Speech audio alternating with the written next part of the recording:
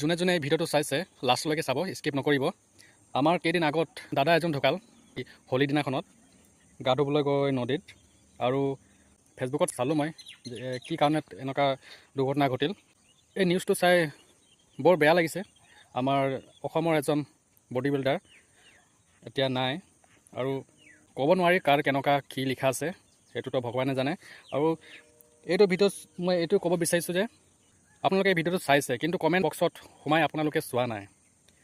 Comment box আজি মই খুলি চাইছিলোঁ যে কি কাৰণত কোনোবাই ৰিপ্লাই কৰিছেনে, কোনোবাই জনাইছেনে যে কি কাৰণত কেনেকুৱা হ'ল। কমেণ্ট বক্স অ'পেন কৰাত মই চাইছোঁ ওপৰত এটা কমেণ্ট আহিছে, ভালেই হ'ল এজন কমি গ'ল, এজন হেৰাল, ভালেই হ'ল। তো মই তেনেকুৱা লোকসকলক ক'ব বিচাৰিছোঁ যে